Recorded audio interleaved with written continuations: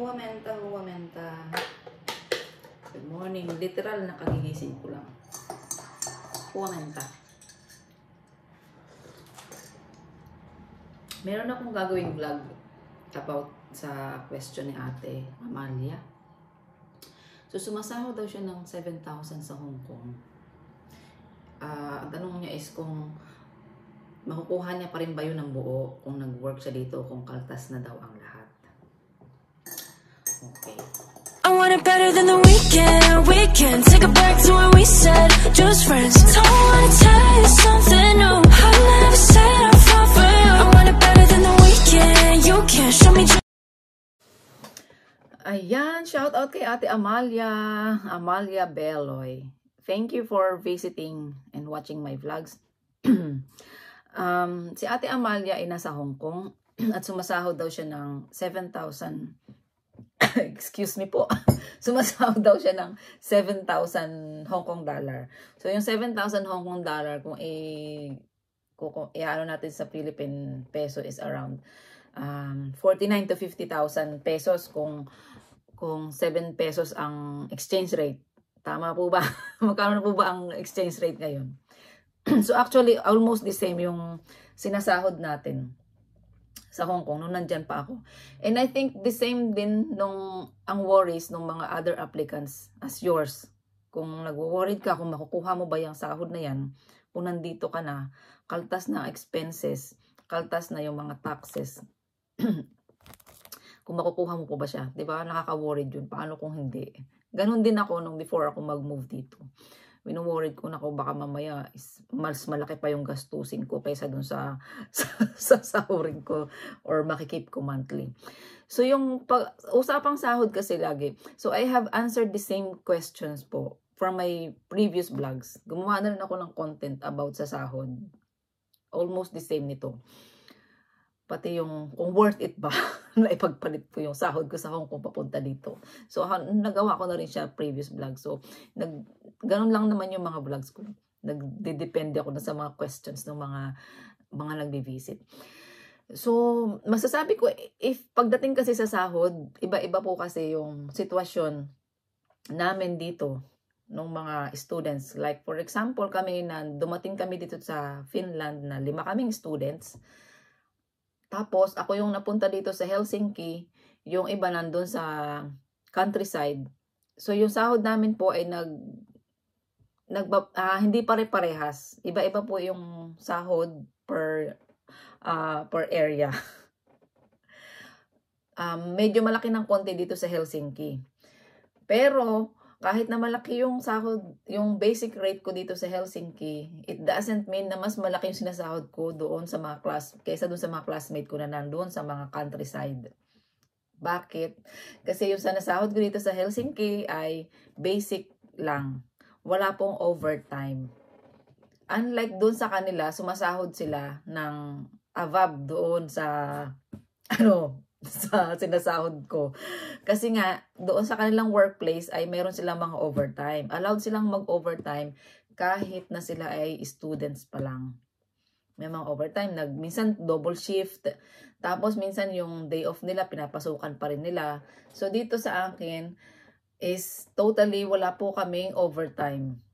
Dito. Siguro kung nagkaroon man ako, konting-konti lang po. Siguro once in a blue moon ako magka-overtime nung ako ay student pa lang. Pero ganun pa man, kahit na ako ay hindi nag-overtime at sumasahod lang ako ng basic pay. Sumasahod ako ng maliit compare sa kanila. Yung amount na nakukuha ko doon sa Hong Kong na buo, saguhin natin na 50,000, 40,000, sumasahod ako ng 50,000 sa Hong Kong. Yung amount po na yun is nakukuha ko pa rin dito sa sahod ko na walang overtime. Kaltas na po lahat yun. Kasi yung basic pay ko na halimbawa 2,000, aabot siya ng 2,500.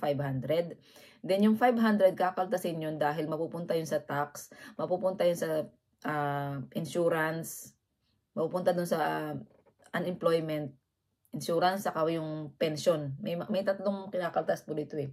Insurance yung pension, unemployment yung tax na yan.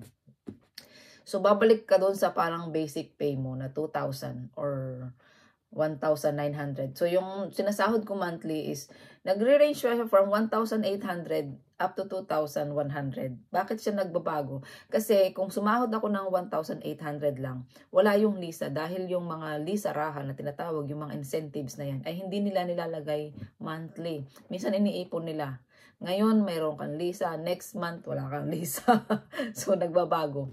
So, kung sumasahod ka ng 1,900, yung 900, mapupunta lang yan sa personal expenses mo. Like food, apartment, tawag dito, internet, transportation. So, maglalaan ka pa ng certain amount para sa sarili mo, para sa personal na pangangailangan mo. Like, gusto mong bumili ng mga bag, mga sapatos, ganyan. Gusto mong gumala, gusto mong mag-unli. So, pagpalagay mo ng 1,000, mapupunta lang talaga yan sa yung personal monthly expenses. So, yung half ng salary mo, mapupunta yun, syempre, dun sa iyo ng savings. Yun na yung pinakang saving mo per month. So, around 800 or 900 or 1,000 Hong Kong, 1,000 euro. It's equivalent to 60,000 pesos na yun. Nakuha mo pa rin siya. Kahit na ikaw ay walang overtime.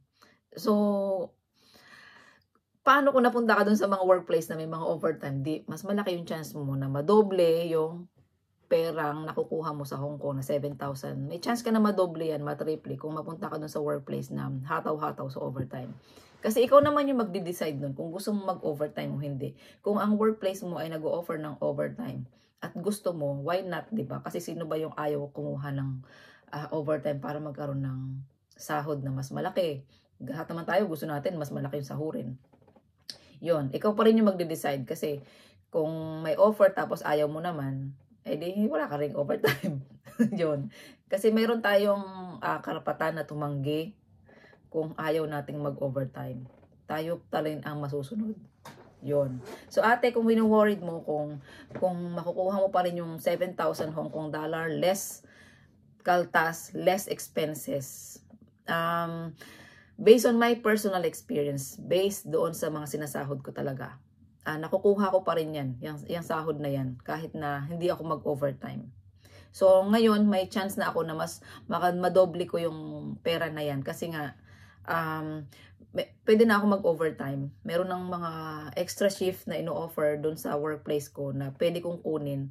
So, meron din akong chance na mag-overtime or mag-part-time sa ibang company. Like, nag-apply ako sa ibang company na mag-part-time sa kanila. So, pwede kong gamitin yung mga day off ko. Kasi minsan 4 days, 3 days day off. Pwede kang mag-work sa ibang workplace kung gusto mo. Kasi may karapatan naman tayong gawin yun. Hindi naman pinagbabawal dito yun. So, sa case ko, kahit na meron akong mga offer sa ibang company na mga pwede kong pasukin, hindi ko muna siya pinapasukan ngayon. Kasi doon sa workplace ko nga, nung gumraduate ako, parang doon lang kumukuha na extra shift. Halimbawa, isang beses sa isang linggo, ganyan, isa or 2 beses sa isang linggo, nakumukuha ko na extra shift doon. So, instead na pumunta ako doon sa ibang workplace, dito na lang sa workplace ko kasi hindi na ako mag-a-adjust. Kilala ko na yung mga katrabaho ko, alam ko na yung mga gagawin ko. So, kung darating yung time na hindi ako bigyan ng extra shift at talagang basic pa rin ang ibibigay sa akin, andun napapasok yung pwede ako mag-part-time doon sa ibang company. Kasi meron ako mga application na para doon na pwede na ako mag-start sa kanila. Pero hindi pa rin ako nag-start. Ayun. Siguro next time, pag malakas na yung loob at talagang wala na akong makuhang extra shift doon sa workplace ko. So yun lang ate, makukuha mo siya. And nahadan suwa mesa. Good luck po sa inyong lahat. So, hindi ko kayo pinipilit na pumunta dito. Pero yung mga question ng mga ganyan, I'm pretty sure makukuha mo yung 7,000 na yan. Bahala ka na mag-manage ng finances mo. Nasa mga kamay mo ang kasagutan. Yun lang po. Kahit na maraming bayarin dito, nasa mga kamay mo pa rin kung paano mo yan i-manage. Nahadan! Kitos palyon and moika, hey pa!